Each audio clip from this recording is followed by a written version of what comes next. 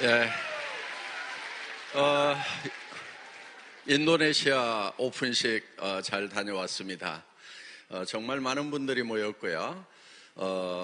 인구 대국, 전 세계 인구 4위의 국가인데 2억 6천만 명의 인구가 있는 나라에 그 위용이 어떤 건지 실감을 하고 왔습니다. 오픈하자마자 한 달도 안 되어서 회원이 46만 명이 등록을 했습니다. 그리고 이제 매출도 순식간에 수십억이 이렇게 일어나고 하는 이제 그런 일이 벌어졌는데, 앞으로 이제 우리가 진출해야 될 정말 인구 대국들이 있거든요. 중국, 그렇죠? 예, 어마어마한 나라죠. 그 다음에 또 인도, 지금 우리 인도 지사장님이 이제 회사에 들어왔습니다.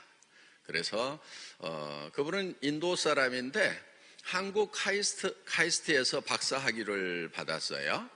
예. 그 부인은 한국 사람이에요. 그래서 한국말을 제법 잘 합니다. 예. 그래서 이제 아주 유능한 그런 이제 인재가 또 들어왔습니다. 중국은 벌써 이제 수십 명의 직원이 채용이 돼서 지금 일들을 지금 이제 시작을 했고요. 거기는 이제 현지에 공장이 있어야만이 이제 그 직소 허가 신청을 할 수가 있습니다. 지금 허가 신청을 한 지가 이제 2년이 이제 좀 넘어가는데 거의 3년이 걸립니다. 그래서 내년 이제 중반쯤에는 허가증이 나올 것으로 그렇게 예상을 우리가 하고 있습니다. 꼭 나온다 아닙니다. 제가 허가 내는 게 아니니까 또 뭐 몇 달 땡겨질 수도 있고 또 늦어질 수도 있는데 뭐 회사가 약속을 안 지킨다느니 일하다 보면 그럴 수가 있어요. 그래서 일을 안 해본 분들이 보면은 막 언제까지 된다고 그래놓고 말이 안 된다고 그러고 예상 아셨죠? 예, 예상이 그렇다 이거예요. 좀 빨리 나올 수도 있어요. 예. 어떻든 지금 러시아도 일단은 그랜드 오픈식은 안 했는데 쇼핑몰 오픈식은 이제 12월 달에 했죠. 예, 매출이 잘 일어나고 있습니다. 그래서 엊그제 러시아에서 온 친구가 얘기를 하는데 러시아의 지금 한국 화장품의 매출이 100% 신장을 했다는 거예요. 그래서 러시아 분들이 한국 화장품을 지금 아주 좋아하기 시작을 했답니다. 그래서 유럽 제품이라든가 이런 데보다도 지금 한국 화장품을 더 선호하는 그런 이제 경향을 보이고 있다고. 그래서 우리가 지금 오픈을 했다고 그랬더니 아주 잘 될 거라고. 예. 그래서 한국에 있는 화장품을 지금 이렇게 특히 러시아의 상류층에서 아주 유행이 돼가지고 지금 찾는가 봐요. 그래서 이제 그 친구가 외교관인데 이렇게 러시아의 국회의원들 뭐 이런 분들 이렇게 만나면은 한국 화장품 여자분들은 한국 화장품 선물 주면은 최고라고 생각을 하고요. 남자분들 중에 낚시 좋아하시는 분들은 한국 낚싯대가 또 전 세계 최고인 거 아시죠? 예, 뭐 낚시 안 하시는 분들이야 뭐 아무 관심 없지만 낚시꾼들은 한국의 이 그라파이트 이 낚싯대를 최고로 칩니다. 그러니까 한국 낚싯대 하나 이렇게 선물해 주면은 아주 이렇게 좋아한대요. 그래서 앞으로 이제 그래서 제가 그 친구한테 그렇게 외교에 도움이 된다고 그러면은 내가 화장품 선물할 거는 내가 막 대줄게 그랬더니 사겠다고. 대사관에 예산이 있으니까 사겠다고. 대한민국 정부가 그렇게 가난한 나라가 아니라고. 잘못하면 뇌물로 뭐 내가 뭐 러시아 한국 대사관에 뇌물 줘가지고 뭐 덕볼 건 없는데. 예. 그래서 저는 순수한 애국심을 가지고 뭐 국익에 도움이 된다고 그러면은 내가 화장품 대주겠다고 그랬더니 예산이 있대요. 그래서 살 수 있다고 그래서 그러면은 애터미 거 사라, 한국의 최고다, 제가 이제 이렇게 설명을 해줬습니다. 앞으로 이제 러시아 이렇게 고위층들이 애터미의 앱솔루트 화장품을 많이 사용하지 않을까, 이런 기대가 지금 됩니다. 어떻든지 간에 저희 이제 그 러시아 쪽으로 우리가 이제 진출을 하는데, 내년 이제 봄에 그랜드 오픈식을 할 계획을 가지고 있습니다. 어떻든 뭐 그 친구는 러시아의 거물급들을 좀 초청을 해주겠다고 이렇게 얘기를 하는데, 그렇게 안 해도 된다고. 그래서 알아서 잘하고 있으니까 걱정하지 말고, 그래서 어떻든지 간에 아주 좋은 현상들이 이렇게 벌어지고 있습니다, 지금. 우리가 이렇게 이제 잘 될 수 있는 부분들, 앞으로 이제 지금까지 애터미가 10년의 세월을 이렇게 지나왔는데, 저는 앞으로 10년을 이렇게 생각을 해보거든요. 아마 10년 전 초창기에 애터미를 시작했던 분들이 여기 몇 분이 계시는데, 그때 10년 전의 애터미와 지금의 애터미를 비교하면은 정말 상전벽해 같은 그런 느낌이 지금 드는 거예요. 첫 세미나에요, 17명 왔었다니까요. 첫 석세스 아카데미에요, 한 30명 왔나? 1박 2일 세미나에. 그때는 뭐 제가 반 죽여놨었죠. 그러니까 뭐 사운 뭐 하면은 그냥 따다닥 나오고 막 경영 목표 그런 거 다 외웠어야 됐어요.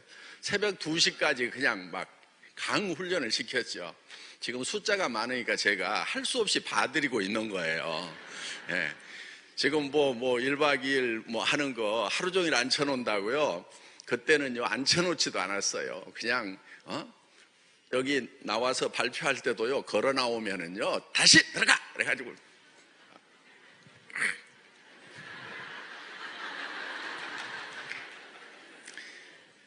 그렇게 훈련을 시켰어요, 훈련.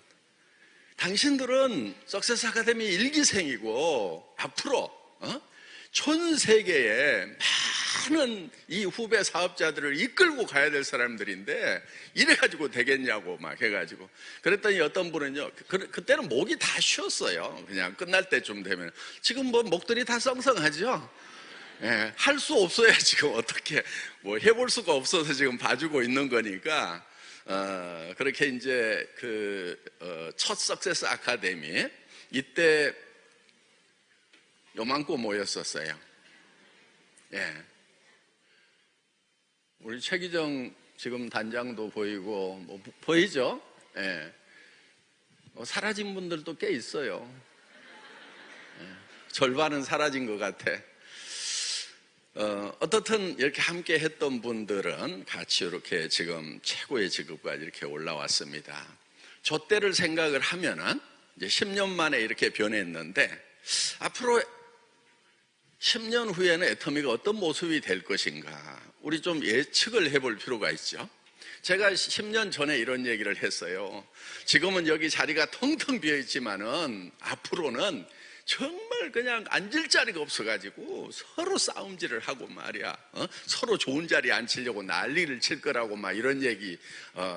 그때는요, 숫자가 좀 너무 적으니까 많아 보이려고요, 좀 띄엄띄엄 이렇게 앉고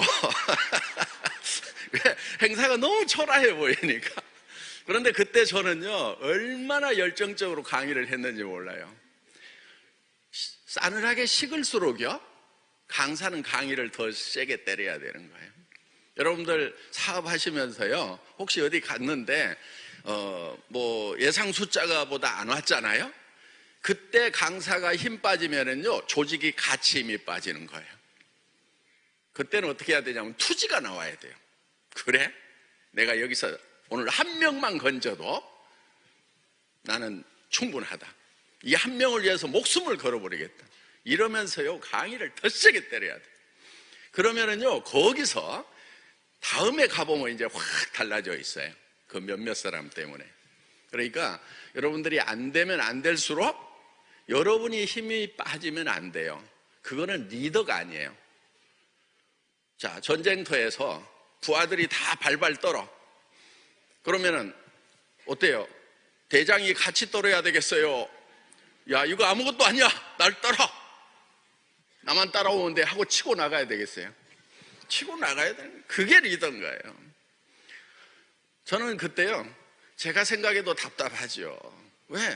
한 1년 동안 갔는데도요, 몇백 명이 안 모였어요. 어떤 때는요, 70명 됐다가요, 그 다음에 좀 한 90명, 100명으로 늘어나주면 좋은데, 한 60명으로 줄어. 얼마나 힘 빠지는지 몰라요. 여러분도 아마 그런 거 느끼실 수가 있을 거예요. 그런데 그런 상황에서도 리더는 어떻게 해야 되냐면은 비전을 가지고 치고 나가야 되는 거예요. 그래서 상황에 상관없이 목표를 향해서 갈 줄 아는 사람이 리더다 하는 거예요. 그래서 이제 보통 보면은요, 파트너 하나 나오면은 좋다고 팔짝팔짝 뛰다가 그 사람이 주저앉으면 같이 팩 주저앉아가지고 이거 되는 거야 안 되는 거야 하고, 리더는 그렇게 하는 게 아니에요.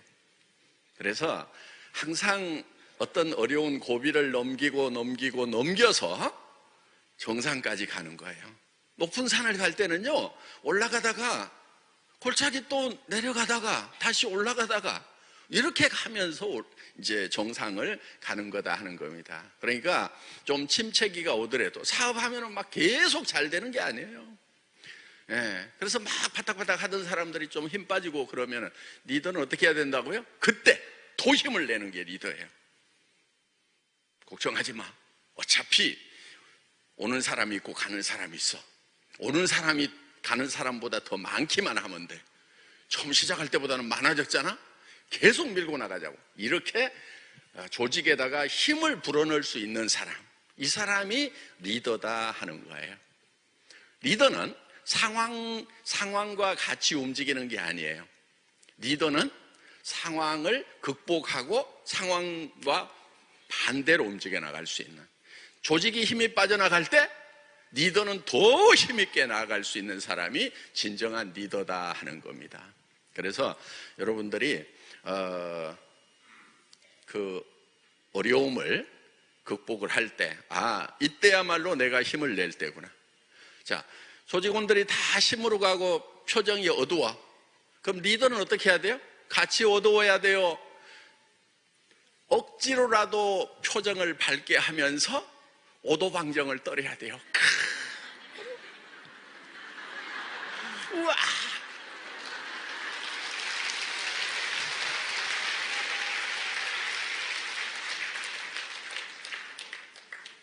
힘 빠지고요, 슬퍼하는 것은요, 절대 다른 사람 앞에서는 표현을 하면 안 돼요. 그래서 리더는요, 표리가 부동해야 돼. 겉 따르고 속 달라야 되는 것이 리더예요. 다른 사람들이 힘 빠져, 자기도 힘이 빠져. 그런데 힘이 빠진다는 걸 표현을 하면 돼요, 안 돼요? 안 돼요.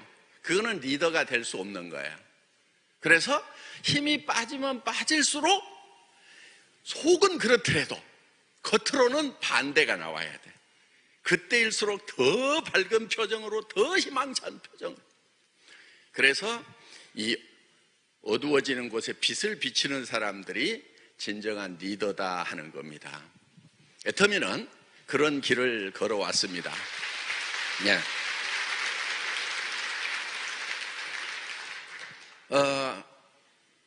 10년 후에 애터미가 어떻게 될 것인가, 저는 막 놀라워요. 10년의 어떤 모습들을 보면은 애터미의 위상이 지금 10년 전하고 지금하고 굉장히 달라졌어요. 제가 한국 직판협회 지금 부회장을 하고 있거든요. 엊그제 그 협회 상근 부회장께서 저를 만나자고 그러더니 회장을 좀 맡아주셔야 되겠다고. 네, 그래서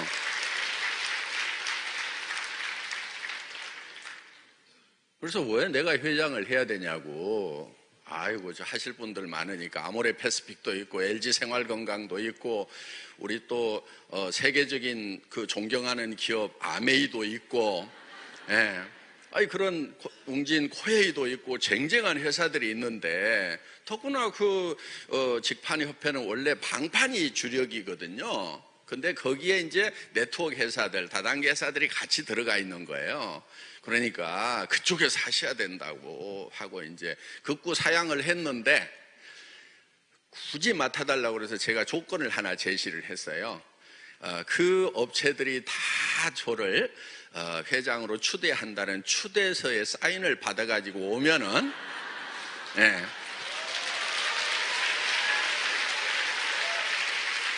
너무 좋아하지 마세요. 추대가 안 될 수가 있어요. 제가 워낙 세게 나가니까.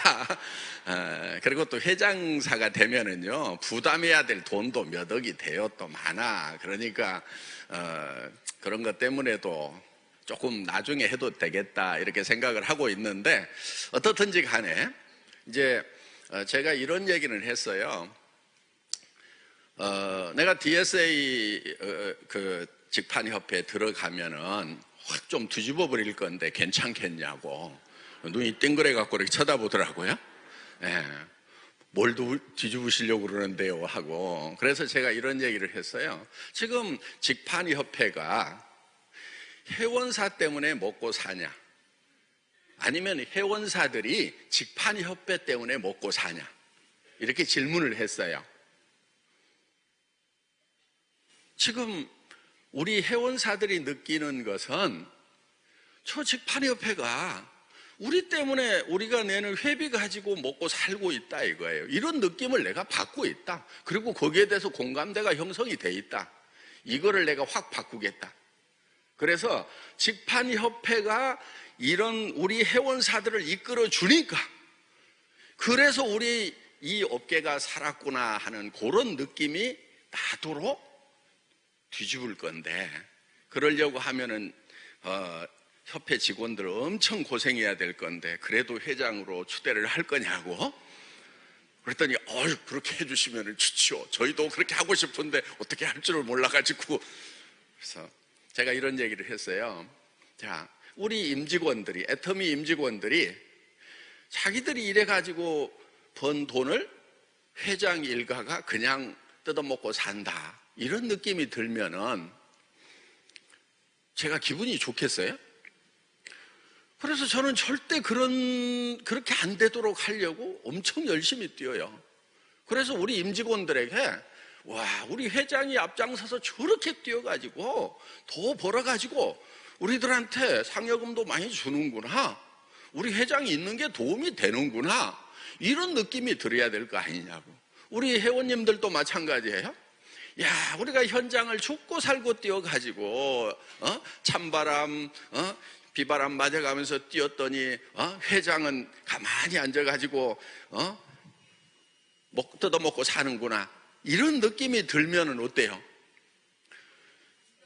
안 좋죠? 그러니까 제가 앞장서서 뛰는 거예요.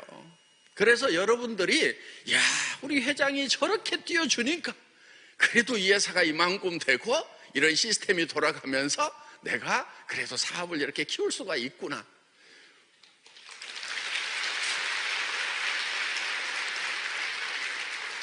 저는 하여간 최소한 여러분들이 느낄 때 회장이 뜯어먹고 사는구나, 이런 느낌은 안 되도록 살아야 되겠다, 이렇게 생각을 하고 살아가는 사람이에요.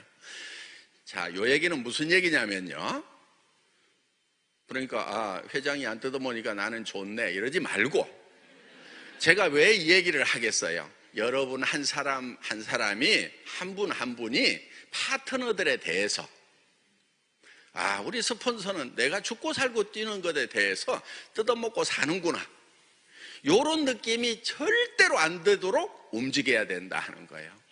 야, 우리 스폰서가 이렇게 뛰어주니까 내가 그나마 이렇게 조직을 키우고 이렇게 성공자가 됐구나, 그 느낌이 들도록 해야 된단 말이에요. 여러분 모두가 다 그렇게 해야 존경을 받을 수가 있어요. 이게 돈만 벌면 된다, 돈 버는 거 굉장히 중요합니다. 못 버는 것보다는 훨씬 중요하죠. 어떻게든 벌어야죠. 그런데 돈을 벌고 나서 그 다음에 뜯어먹어가지고 돈을 버는 거냐? 아니면은 정말 도와주고 그 대가로 일부를 가져오느냐 하는 거예요.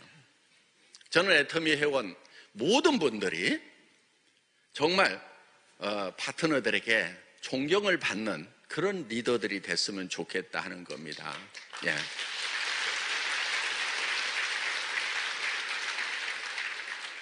그런데요, 이런 경우가 있어요.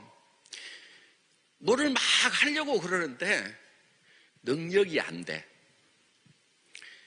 막 강의도 하고 설명도 하고 뭐 또 하고 싶은데 능력이 안 돼. 그거 어떡하죠? 하면 할수록 방해가 되는 사람이 있잖아요. 예? 그런 경우도요, 대안이 있어요. 자기가 할 수 있는 일을 최선을 다하면은요, 능력 없다고 그걸 가지고 원망하거나 마음 상해하지 않아요. 정말 파트너가 왔는데 강의도 못하고 아무것도 못하는데 정말 책상이라도 열심히 닦고 또 뭐 커피라도 열심히 타다 드리고 또 뭐 바쁜데 제가 뭐 할 일 없냐고 우리 능력 있는 분들 바쁘신데 저도 일 좀 시켜달라고. 그러면 내가 어디 배달 가야 되는데 좀 갔다 오시면 안 될까요? 그러면 그 내가 갔다 오겠다고 하고. 정말 이렇게 능력이 없더라도요, 섬기는 마음으로, 겸손한 마음으로 하면은요, 그분에 대해서 뭐라고 안 해요. 문제는 능력도 없으면서 설쳐. 내가 국장인데 지금 커피 타게 생겼어 그러면서 하면은 그때부터 이제 사람들 마음이 싸늘하게 식어버린다 하는 거예요. 그래서 우리 사원 네 번째 겸손히 섬긴다 하는 것이 결국은 완성이에요. 자, 능력이 있는 분도 겸손하지 않으면은요, 그 능력이 존경을 못 받아요. 또 능력이 없는 분도 겸손히 섬기면은요, 존경을 받을 수가 있어요. 최소한 인정을 받을 수가 있다 하는 겁니다. 그래서 우리가 살아가면서 우리 이제 이성년 박사님 인문학 강의 많이 해주시잖아요. 예, 제발 좀 착한 사람, 정직한 사람이 되라는 거예요. 정직하고 착한 것이요, 최상의 전략이에요. 제가 지금 학교 만들잖아요. 우리 아이들이요, 가르치는 게 그거예요. 정직해야 된다. 절대 거짓말하면 안 되거든요. 그 다음에 손해야 된다. 손하다고 하는 것은 나의 이익을 구하는 것이 아니고 다른 사람의 이익을 위해서 나눠주는 사람이 되는 겁니다. 이렇게 됐을 때 진정으로 존경받는 리더가 된다 하는 거예요. 애터미는 이제 앞으로 유통의 허브가 된다는 목표를 세우고 있어요.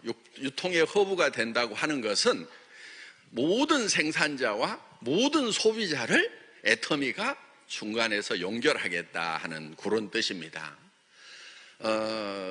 지금 그런 것을 뭐라고 그러냐면 플랫폼이라고 이렇게 얘기를 하고 있어요. 플랫폼 비즈니스라는 말 많이 들어보셨죠? 이 플랫폼이 기차역을 플랫폼이라고 하죠. 많은 가는 사람 오는 사람이 계속 지나가는 곳이 결국은 이 플랫폼인데, 저는 그거를 1999년도에 그 플랫폼 비즈니스를 해보겠다고 인터넷 백화점을 만들었던 사람이에요. 이제 알리바바도 99년에 만들고 뭐 이렇게 해서 거의 비슷한 시대에 그 비즈니스를 시작을 했습니다. 그런데 저는 손정희 같은 대형 투자자를 못 만나서 한 3년 버티다가 자금 고갈로 찌그러져서 월세방에 처박혔고요. 예. 그러면서 이제 거기서 구상을 했던 내용이, 그러면 이제 아마존이나 알리바바가 갔던 그 사람들이 플랫폼 비즈니스라고 하면은 그들이 먼저 선발로 갔는데 똑같은 걸 시작하면 어때요? 그건 따라갈 수가 없는 거예요. 그러면 이제 그 다음 비즈니스, 다음에는 어떤 것이 올 것인가 하는 것을 예측을 해서 그 다음 거를 가야 되는 거예요. 그래서 포스트 플랫폼이 무엇인가 하는 거예요. 그래서 시작한 것이 애텀인데 그거를 명명하기를 허브 비즈니스라고 이렇게 이름을 지은 거예요. 자, 플랫폼 비즈니스하고 비슷해요. 비슷한데 생산자와 소비자가 만납니다. 그런데 우리는 큐레이팅 개념이 있어요. 큐레이터 그러면은 이렇게 미술품 같은 거 이런 것을 이렇게 골라주고 설명해주고 하는 그런 사람을 큐레이터라고 그러거든요. 그러니까 여러분들 인터넷에 들어가서 뭐를 사려고 하면 제일 큰 고민이 뭐냐면은 뭐가 제일 좋은지, 뭐가 제일 싼지, 뭐가 내한테 최적합인지를 골라내는 것이 엄청난 스트레스예요. 그리고 열심히 골랐음에도 불구하고 100% 구매에 성공하는 게 아니다 하는 거예요. 구매를 해봤는데 마음에 안 들어서 버리는 것이 굉장히 많아요. 그러면은 그것은 다 내가 소비하는데 원가가 되는 거예요. 자, 예를 들면 이거예요. 옷을 10벌을 샀는데 5벌은 버려야 돼. 그러면은 가격이 2배인 거예요. 그렇죠? 제대로 못 골랐어. 어떤 놈이 사기치고 올렸어. 그리고 댓글도 댓글 부대를 써가지고 막 엉터리같이 달아나가지고 쏘갔어. 또 어떤 음식점을 딱 갔는데 이 댓글이 엄청 좋아가지고 가봤더니 맛을 먹어보니까 다시는 안 와야 되겠다는 생각이 들어. 그러니까 그 댓글 부대가 있었던 거예요. 친인척들이 많아가지고 올려줬던지 하여간. 그래서 쏘는 경우. 그러면은 예를 들면은 다시는 먹고 싶지 않은 음식을 먹게 됐다고 하는 것은 그거는 완전히 로스인 거예요. 로스. 내한테는 아무런 득이 없는 상태에서 돈만 나갔다 이거예요. 그러면 그 다음에 또 이제 다른 데서 성공적으로 먹었어. 그러면은 실패했던 거하고 이번에 성공한 거하고 사실은 2배 값을 주고 있는 거예요. 한 번 성공하는데 2배 값을 주고 있다 하는 거예요. 그러니까 이 치열한 경쟁에서 싼 것, 좋은 것이 있다고는 하지만은 소비자 입장에서는 그거를 고르는 것이 스트레스가 되고 또 실패의 확률을 가지고 있어요. 결국은 그것이 소비자 비용이 되는 거예요. 그럼 이걸 애터미는 개선을 하겠다 하는 거예요. 자, 일단은 고민을 하지 않도록. 우리 예를 들면 공기청정기가 있어. 이거 살까 저거 살까 고민할 거 있어요 없어요? 없어요. 왜? 이 공기청정기가요 가격도 엄청 싸. 지금 요거 절반만 한 거 필터가 한 단만 들어있는 가격에 2단짜리를 넣어가지고 팔아버려. 2단짜리는 대개 120만 원, 180만 원 이렇게 해요. 그런데 우리는 2개를 집어넣어가지고 한 단짜리 가격인 68만 원에 팔고 있단 말이에요. 그런데 여기에 첨단 센서들이 들어가 있어요. 요즘에 제가요 공기청정기 가지고 노는 재미가 있어.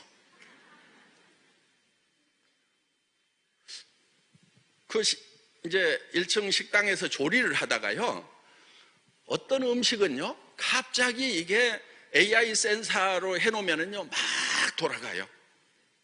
그거는 이 조리하면서 미세먼지가 많이 나오고 있다는 뜻이에요.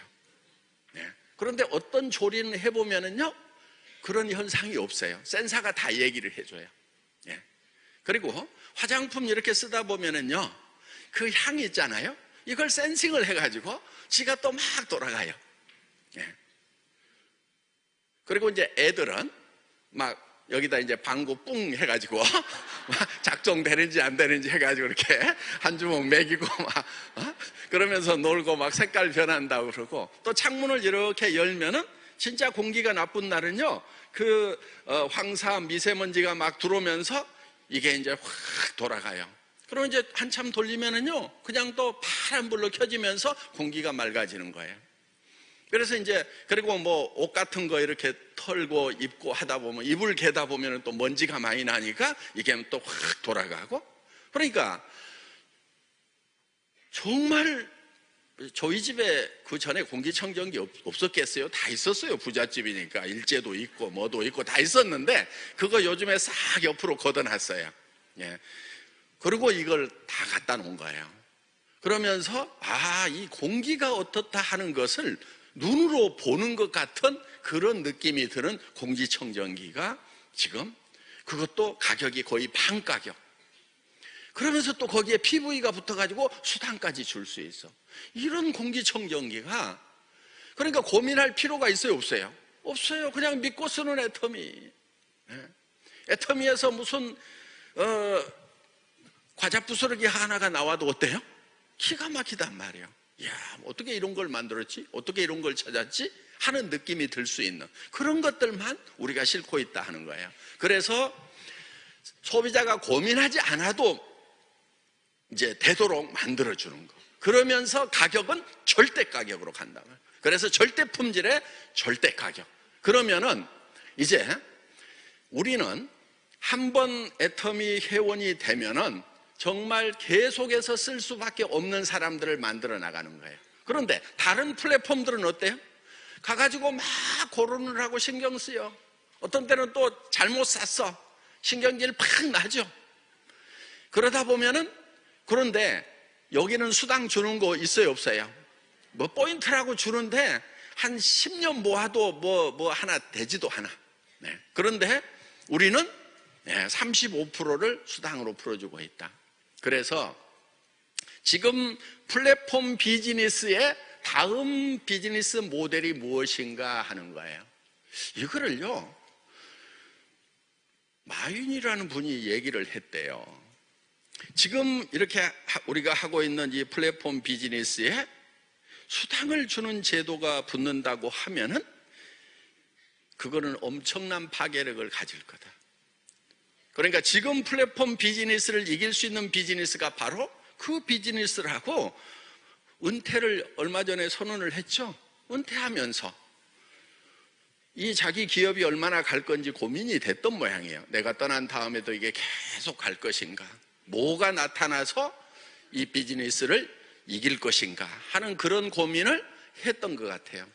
그런데 저는 10년 전에 플랫폼 비즈니스를 이겨먹으려고 그러면은 허브 개념으로 가야 되고, 그 허브에 사람들을 자석처럼 붙여나가야 된다.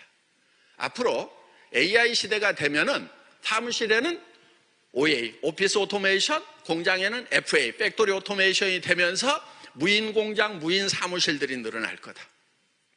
그러면은 이제 사람들은 뭐를 해서 먹고 살아야 되는가?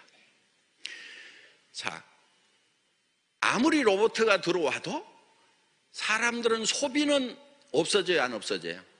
절대로 안 없어져요. 어떻든 머리는 감아야 되고 치약 칫솔은 써야 되고 화장품은 발라야 된다 하는 거예요. 이 소비는 100년 후에는 없어질까 생각을 해봐도 여러분 어때요? 없어질 것 같아요, 안 없어질 것 같아요? 안 없어질 것 같아요. 예. 그래서 이거는 계속 된단 말이에요.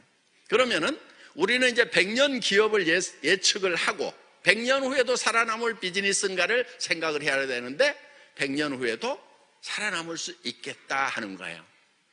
그런데 지금 플랫폼 비즈니스를 이겨먹을 수 있는 시스템을 우리는 만들어야 된다. 그게 좋게 시작을 하지만은 하나씩 하나씩 붙여나가면은, 한번 붙으면은 우리는 이게 단순 소비자가 아니고 이제 OA, FA 가지고 로봇들이 일하는 세상이 되면 일자리가 없으니까 사람들은 소득 원천이 있는 곳으로 몰려들 수밖에 없죠. 그럼 여기다 계속 붙여나가는 거예요. 자, 이런 거예요. 애터미는요, 바로 허브예요, 허브. 여기에 우리 생산업체들이 있어요. 그리고 우리의 소비자들이 있다 하는 거예요. 이 소비자와 생산자를 연결시키는 중간 역할, 허브 역할을 하는 거예요. 그런데 여러분들도 허브가 될 수 있다 하는 거예요. 한 사람 한 사람이 다 퍼스널 허브가 되는 거예요. 자, 여러분들은 어떻게 하느냐? 여러분들이 터미널이 아니에요. 터미널도 되지만은 뭐가 되냐면은 여러분들도 또 소비자를 만들죠. 그렇죠? 소비자를 만들죠. 그러면은 소비자와 회사 시스템을 연결시키는 중간 허브가 된다 하는 거예요. 앞으로는요, 허브만 살아남아요. 허브만. 터미널들은요 다 죽게 돼 있어요. 자, 통신사로 치면은 뭐 LGT라든가 그 다음에 KT라든가 이런 데가 다 허브죠. 여러분들은 지금 단말기 가지고 있죠. 그 단말기라고 하는 것이 스마트폰이 다 터미널이에요. 예. 그래서 터미널과 터미널을 연결시키는 허브는요 없어질 수도 없고 계속 살아남고요. 그 다음에 돈이 허브로 다 몰리게 돼 있는 거예요. 그래서 허브와 터미널로 양분화되는 세상이 지금 다가오고 있다 하는 겁니다. 그런데 여러분들이 이런 허브를 만들면 좋아요. 우리 이 박사님 시스템을 만들으라고 그랬죠. 잠잘 때도 돈이 벌리는 시스템을 만들으라고 그랬죠. 이런 것을 만들면 좋아요. 그런데 모든 사람이 다 만들 수 있는 건 아니라 이거예요. 그러면은 시스템을 사라고 그랬죠. 사는데 프랜차이즈 같은 거를 사면 되는데 지금 프랜차이즈가 너무 오프라인에서 경쟁을 하다 보니까 프랜차이즈는 많아지면은 같이 망하는 거예요. 그런데 가만히 생각을 해보세요. 우리 네트워크 마케팅 비즈니스는 많이 몰려드는 게 좋아요? 나 혼자 하는 게 좋아요? 많이 몰려들수록 좋은 거예요. 그러니까 비즈니스의 장래성을 봤을 때 많이 몰릴수록 잘 된다. 이게 미래 비전이 있는 거예요. 많이 몰려들면 망한다. 왜? 지금 편의점 하나 하고 있는데 옆에 또 생기고 또 생기고 하면 망해버리는 거예요. 그래서 이 애터미 비즈니스는 여러분들에게 허브가 될 수 있는 기회를 주는 거다 하는 거예요. 그래서 여러분들은 이 애터미에다가 아웃소싱을 하는 거예요. 턴키 베이스로. 키만 딱 돌리면 되는 거예요. 무슨 얘기냐면은 여기다가 회원 등록만 딱 하면은 애터미의 모든 시스템, 구매 시스템, 배송 시스템, 전산 시스템, 회계 시스템을 여러분들이 그대로 다 활용을 하는 거예요. 여러분 수당 나갈 때요 컴퓨터가 엄청나게 돌아가 가지고 400만 회원을 다 계산을 해서 여러분 수당을 결정하고 있다 하는 거예요. 그 다음에 물류 시스템도 전 세계적으로 지금 애터미 물류 시스템이 움직여 나가고 있죠. 이런 것을 여러분들이 구축 안 했지만은 회원 등록 코드 딱 꼽는 순간에 이런 것들이 다 여러분의 시스템이 된다 하는 거예요.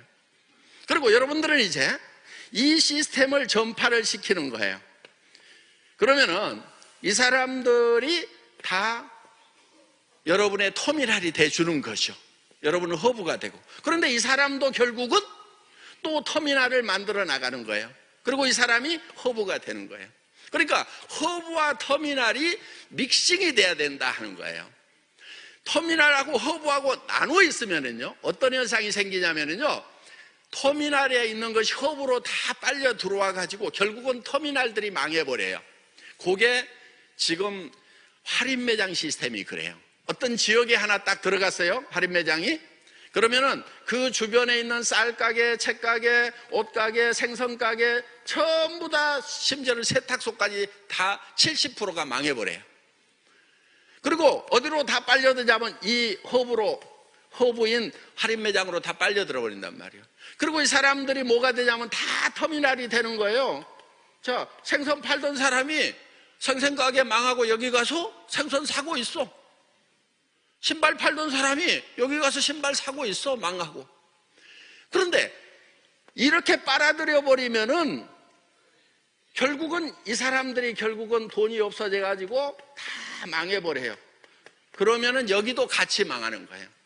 그래서 지금 미국의 월마트가 매출이 툭툭툭 떨어지고 있어요. 요거는 결국은 망하는 시스템이다 하는 거예요. 그런데 지금 애터미가 추구하는 허브 시스템이라고 하는 것은 보세요.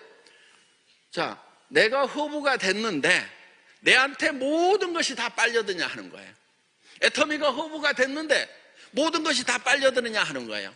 빨려들지 않아요. 왜 안 빨려드냐면은 35%를 수당으로 다시 밖으로 보내줘요. 할인매장 가면 보내줘요, 안 보내줘요? 안 보내주죠. 0. 몇 프로 포인트 잘 찾아 쓰지도 않는 거 형식적으로 주고 있단 말이에요. 그런데 우리는 35%를 내 보내주니까 여기에만 돈이 모이는 것이 아니다 하는 거예요. 그런데 이거를 가지고 그럼 내 혼자 스폰서가 다 먹어버리냐? 상한선을 정해놓고 못 먹도록 하는 거예요. 그래서 밑으로 자꾸 흘려 보내준다 하는 거예요. 그래서 프레시아웃을 시켜가지고 자꾸 내려 보내주니까 밑에까지 다 풍성해지면서, 그러면서 이 사람들도 다시 허브가 되고 허브가 되는, 허브와 허브가 연결되는 이런 시스템이 바로 애터미의 경영 목표, 허브, 유통의 허브가 되겠다 하는 겁니다.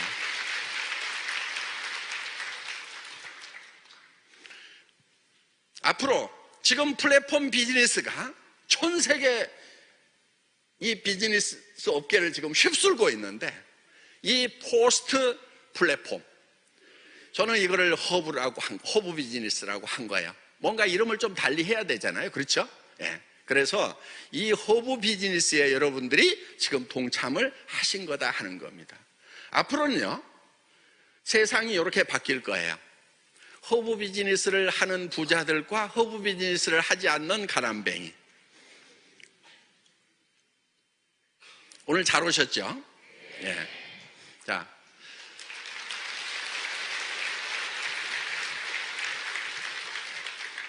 그래서, 애터미는, 몽상 100조를 꿈꾸는 거예요. 우리는 지금 미운 오리 새끼예요.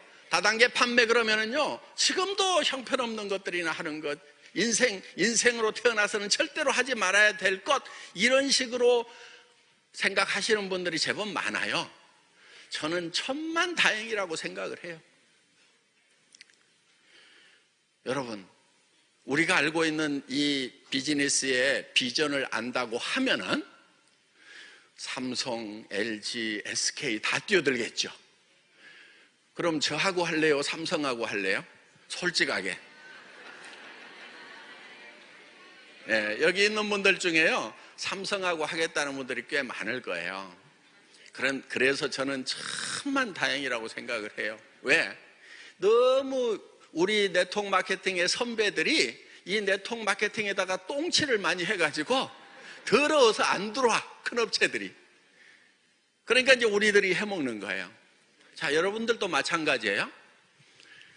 여러분들이요, 정말 이 비즈니스가 깔끔하고 아무 문제가 없으면은요, 여러분보다 훨씬 똑똑한 사람들, 대기업에 다니는 사람들, 건판사 돼야 될 사람들이 이쪽으로 다 몰려올까요? 안 몰려올까요? 몰려와요. 더 빨리 판단해가지고. 그러면 여러분들은요, 기회가 없어요. 어느 날 한 3개월 만에 그냥 전 국민이 다 네트워크가 돼버렸어. 석 달 후에 내가 몇 사람 찾아갔더니 나 다 등록했는데 막 이래. 그럼 여러분들 성공할 수 있어요? 없어요? 없어요. 그러니까 지금 사람들이 네트워크 마케팅 문제 있다고 등록을 안 하고 뺀질거리고 있는 것이 얼마나 다행이냐 하는 거예요.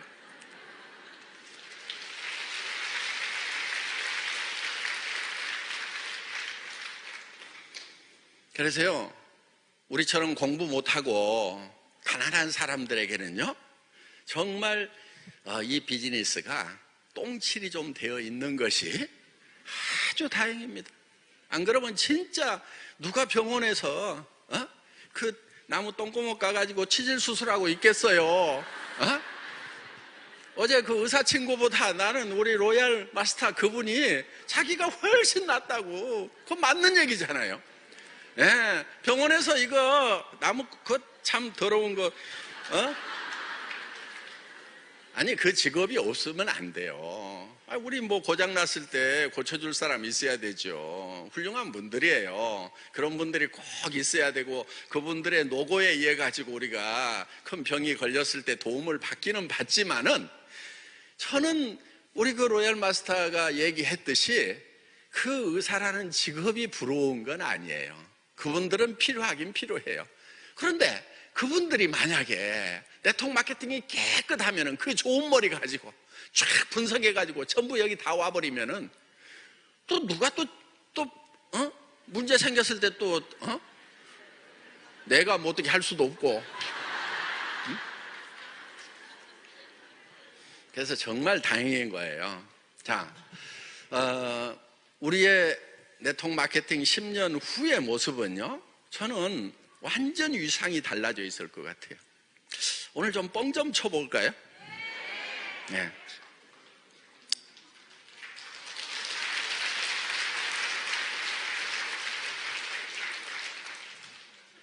제가 사실만 얘기를 해도 뻥이 되는데, 오늘 뻥을 치면은 아마 조금 이렇게 화약 냄새 많이 날 거예요. 제가 지금 뻥 치는 거예요. 예.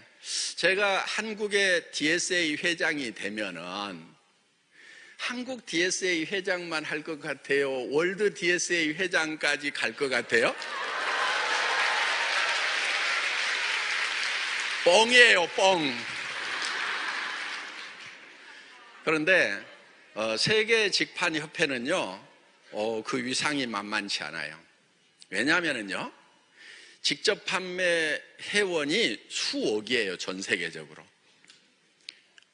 한국도 굉장히 많아요. 예, 애터미만 해도 지금 뭐 한 400만이 되는 데다가 국내만 하면 한 300만 되고요. 그 다음에 다른 회사까지 하면은요, 뭐 800만에서 1000만이 돼요. 100만 표만 있으면 대통령도 바꾼다고 그러죠? 네. 그러니까요, 한국은 우리는 정치색도 안 띄고 뭐 알아서 찍으세요 이러니까 그러지만은요, 예를 들면 미국 같은 경우는요, 딱 나는 공화당 지지한다, 나는 민주당 지지한다, 딱 이렇게 해요. 그래도 복수를 안 당하니까. 우리는 이제 겁나가지고 못하죠. 좌측으로 갔다가는 우측한테 맞을지, 우측으로 갔다 좌측한테 맞을지, 아이고 가만히 있자 그러고 이제 그러고 있는데, 이제 외국 같은 경우는 확실하게 지지하는 것을 표방을 할 수가 있어요. 그러다 보니까 정치력이 굉장히 세지는 거예요. 그런데 여러분들, 제가 세계 DSA 대표들이 한국에서 모였을 때 제가 특강을 한 적이 있거든요. 몰랐어요? 네. 그런데 거기서 제가 30분 강의하고요, 아주 그냥 스타가 됐어요. 오늘 뻥치는 거예요. 네. 제가 무슨 얘기를 했냐면요, 이런 얘기를 했어요. 여러분들, 이 네트워크 마케팅 비즈니스가 빅 비즈니스라고 그러는데 내가 생각할 때는 그렇지 않다고 생각한다. 그러니까 깜짝 놀래가지고요, 이 친구가 무슨 얘기하는 거야? 뭘 모르고 하는 모양이네? 이렇게 쳐다보더라고요. 그래서 제가 이런 얘기를 했어요. 자, 이 네트워크 마케팅 비즈니스는 60년 전에 시작이 됐다. 존경하는 아메이로부터, 위대한 아메이로부터 시작했어요. 여러분들 그 회사 존경 좀 하세요. 존경할 만한 회사예요. 빈말 아니라니까요. 그건 뻥 아니에요. 네, 정말 훌륭한 회사예요. 네. 그 존경하는 아메이에 리치 디보스하고 제이벨 엔델이라는 그 회장님께서 이 비즈니스를 시작한 지가 벌써 60년이 넘었어요. 그런데 지금 이 네트워크 마케팅 비즈니스 규모는 그렇게 크지가 않아요. 전 세계적으로 해봐야 한 뭐 100조 되나? 그런데 그 후에 지금 한 뭐 30년밖에 안 된 지금 아마존이라든가 알리바바라든가 이런 데는 한 기업이 한 500조씩 하는 거예요. 그러면은 우리 네트워크 마케팅이 빅비즈니스라고 큰 소리 칠만 하냐 이거예요. 그래서 내가 뭐가 빅비즈니스냐고 얘기를 한 거예요. 띵 한 대 맞는 표정들이 있더라고요. 그런데 그렇게 되는 데는 원인이 있다. 왜? 이 네트워크 마케팅 비즈니스가 기가 막힌 동력을 가지고 있다 이거예요. 그게 뭐냐면은 수당을 받는다는 것 때문에 조금 비싸도 사람들이. 그러다 보니까 어떤 현상이 있냐면은 다른 데보다도 좀 비싸게 팔아도 괜찮다고 하는, 비싸게 팔아도 팔리니까 괜찮다고 생각을 하는데 결국은 대중들은 싼 곳으로 가버린다. 그러다 보니까 이게 안 커진 거다. 자, 네트워크 마케팅이 할인 매장, TV 홈쇼핑, 인터넷 쇼핑몰과 경쟁해서 당당히 이겨야 된다. 그래야 빅 비즈니스가 된다. 여러분들 잘못 생각하고 있다. 이렇게 얘기를 했더니만 그냥 전 세계에서 그 직판협회 대표로 오신 분들이 그냥 끄덕이면서 그냥 박수를. 그러더니 강의가 끝나고 나니까 쫙 줄을 서더라고요. 명함 좀 받자고. 네. 그래가지고요, 그 중에 이제 강력한 팬 중에 한 분이 호주. 네.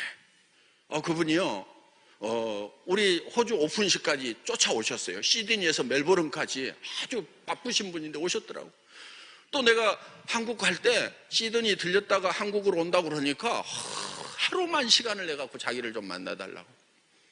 그래가지고 거기 뭐 호주 누스킨 대표 막 해가지고요, 쫙 해서 몇 분을 모시고 왔더라고. 점심 좀 같이 하자고. 그래서 거기서 쭉 얘기를 좀 했죠. 그랬더니요, 거기에 또 팬들이 생긴 거예요. 그리고 어느 날 제가 해외에 있는데 갑자기 해외 전화가 온 거예요. 프랑스에서 전화가 온 거예요. 제가 프랑스에서 전화 받을 일이 별로 없거든요. 근데 번호를 보니까, 국가번호를 보니까 프랑스 쪽이야. 그래서 이렇게 받아봤어요. 그랬더니 이제 봉주어 할 줄 알았더니 한국말로 하더라고. 네. 근데 이제 어떤 여자분인데 한국말을 해요. 어떻게 전화를 했냐고 그랬더니 프랑스 DSA 대표께서 자기가 내한테 이메일을 보냈는데 제가 받았거든요, 그거를. 무슨 얘기냐면은 프랑스 와가지고 특강을 좀 해달라고. 그렇게 해서 이제 이메일이 왔는데 사실은 갈 생각도 없고 제가 바로 해외 출장을 가야 되니까 답도 못 한 거예요. 왜? 영어가 짧으니까 답하려면 시간이 많이 걸려. 네. 그래서 그냥 갈 것도 아닌데 뭐 급한 것도 아닌데 그러고 이제 해외에 그냥 가 있었어요. 그랬더니 또 거기서 이제 한국말 아는 여자분을 시켜가지고 저한테 전화를 한 거예요. 파리에 와서 강의를 좀 해달라고. 근데 그분이 왜 제 팬이 됐냐면요, 제가 한국에 왔을 때 프랑스 혁명 얘기를 좀 했거든요. 지금 한국이 좌우가 나누어져 가지고 지금 극한 대립을 하고 있다. 그래서 지금 이런 대립을 풀 수 있어야 되는데 전 세계가 가난한 자와 부자가 지금 부딪히고 있는 이 현상에 대해서 어떻게 할 것인가. 그런데 석학들이 지금 답을 못하고 있다. 아니 썰전이니 이런 데 나와가지고 얘기를 하면은 좌측 사람 우측 사람 나와가지고 우측 얘기 막 하고 좌측 얘기 막 하고 그러고 들어가. 그럼 듣는 사람은 뭔가 가운데 정반합 해가지고 이렇게 가야 된다고 답을 해줘야 되는데 맨날 봐도 우측 얘기 실컷 하고 좌측 얘기 실컷 하고 그리고 헤어지고 이러고 있단 말이에요. 그래서 지금 이 좌와 우가 나뉘어 있는 극한 대립 상황에서 지금 나아갈 길을 못 찾고 있다 하는 거예요. 그게 이제 아주 두드러진 데가 대한민국이다. 이 사회적 합의가 이루어져야만 된다. 그래야 정치도 안정이 되고 정치가 안정이 되면서 경제 진전을 볼 수가 있는데 이게 문제다. 그럼 어떻게 가야 되느냐? 그러면서 제가 이런 얘기를 했어요. 인류 역사를 쭉 보면은 가장 큰 사건은 기원전 기원 후로 나누는 예수님이 오셨던 때다. 그거는 이제 우리 기독교계에서는 그렇게 하고 있어요. 그런데 일반적으로는 역사적으로 가장 큰 변혁이 뭐냐면은 프랑스 혁명이다. 프랑스 시민운동. 자, 무슨 변혁이냐? 이 전에는 수천 년 동안 왕이 해먹었어, 왕이. 그렇죠? 힘센 놈이 가가지고 뺏어가지고 내가 왕이다 해갖고 나머지는 다 쫄개야. 한마디로 다 죽여버릴 수도 있을 만큼 이 무한한 권력을 가진 왕과 권력이 없는 신하로 딱 나눠져 있었어. 그런데 그러다 보니까 지금 이게 밑에 사람들은 뭐 농노니 뭐 노예니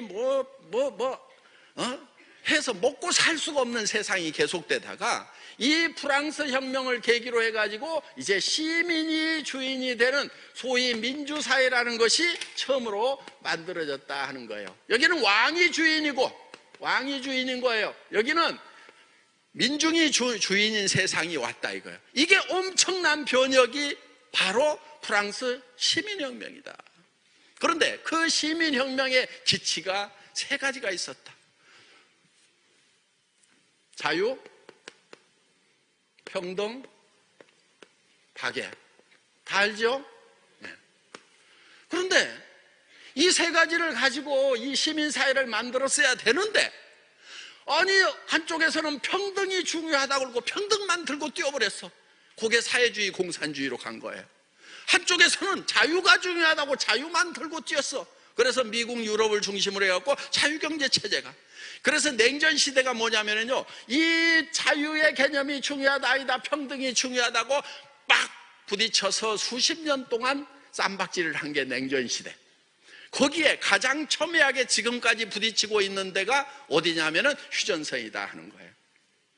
그래서 자, 지금 자유경제체제가 판정승을 한 것은 맞아요. 그래서 이제 소련도 자유경제체제로 돌아섰고 중국도 자유경제체제로 돌아섰어요. 그러면은 자유만 가지고 답이 있느냐? 그렇지 않아요. 여기는 빈부의 격차가 또 부딪힌단 말이에요. 그래서 80대 20의 파레토 법칙이 적용된다고 그랬어요. 20%의 부자들이 80%의 재산을 가지고 있고 80%의 사람들은 20%의 재산만 가지고 있다. 이런 세상이 지금까지 정답이라고 그랬어. 그런데 이제는 99대 1로 지금 바뀌어버린다 하는 거예요. 왜? 이게 AI가 들어오고 컴퓨터가 들어오면서 정보화 시대가 되면서 가진 자는 사정없이 갖는 거예요. 시스템을 가진 자는 엄청나게 빨아들여 버리는 거예요. 그리고 이 99는 점점점 잃어가는 거예요. 그래서 이제 이 99의 세력이 폭동을 일으킨다고 그래가지고 Occupied Wall Street, 월스트리트를 점령하라. 저것들을 망가뜨려 버려야. 왜? 월스트리트에 돈이 다 몰려있으니까 저놈들을 없애버리면 이 돈이 다시 흩어져 가지고 우리가 그나마 좀 살게 될 거다 하는 굉장히 무리한 요구 데모를 한참 했었어요. 제가 미국의 샌프란시스코에 있을 때도 막 그런 데모꾼들이 있더라고. 그래서 제가 아이고 이 사람들 내가 돈 많은 거 몰라서 다행이지, 그 사이로 지나다니면서 내가 돈 많은 거 하면 잡아 죽일 건데 막 그러면서 호텔로 싹 도망가고 그랬는데요, 어떻든지 간에 지금 이 자유 세계에도 빈부격차가 심해서 엄청난 갈등이 생기고 있다 하는 거예요. 이게 왜 그러냐? 시민혁명이 잘못된 거냐? 그렇지 않아요. 시민혁명은 제대로 한 거예요. 자유평등 박애를 가지고 제대로 했는데 문제는 박애를 들고 뛰는 데가 없었어요. 그리고 이 박애를 가지고 가야 자유세계에서도 평등을 같이 고려를 할 수가 있고 이 평등세계에서도 자유를 배려를 해야 된단 말이에요. 그래서 이 세계가 같이 있어야 되는 거예요.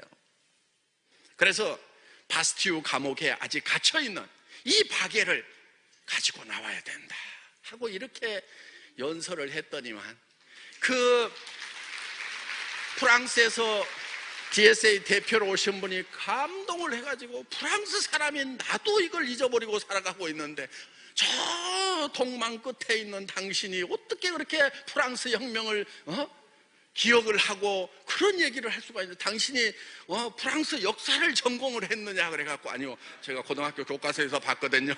네. 그래서 프랑스에 와서 특강을 좀 해달라고.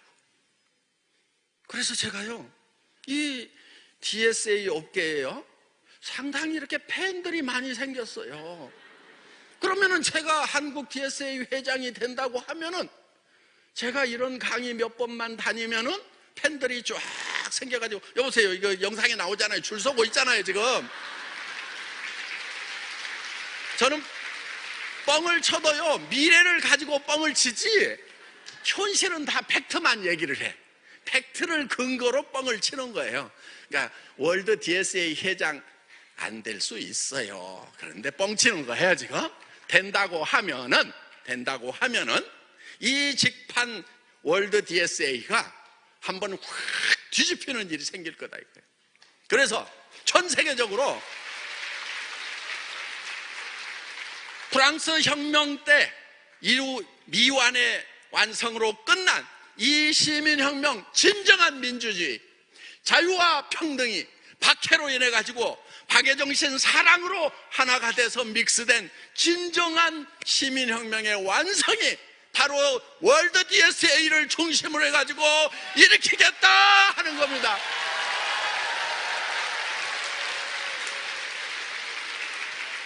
예, 그냥 뻥친 거예요. 예. 나가가지고 우리 회장이 월드 DSA 회장 된다더라 이런 말 하지 마세요. 예, 나가서 그런 얘기 우리끼리만 얘기하는 거예요. 그냥 뭐 이런 거 생각해 본다고 뭐 국세청에서 뭐 세금 내라고 오는 거 아니거든요. 예, 그래서 앞으로 10년 후에 애터미의 위상은 전 세계 다이렉트 셀링 업계를 이끌고 가고 많은 서민들이 이 허브 비즈니스에 동참함으로 말미암아서 이 로봇 AI 시스템에 의해서 일자리가 없어지는 이 세상의 대안이 될 수가 있다 하는 겁니다. 그래서 애터미는 이 비즈니스를 접근할 때 차원을 달리 하는 거예요. 차원을 달리해서 자, 단순히 우리가 돈을 벌자 하면은 다른 업체하고 같은 차원에서 노는 거예요. 그런데 이 인류가 직면하고 있는 가난의 문제를 이 다이렉트 셀링 네트워크 마케팅을 가지고 한번 해결해 보자는 차원 다른 접근을 하고 있는 겁니다. 그래서 내년도에 애터미의 사자 성어는 차원초월입니다.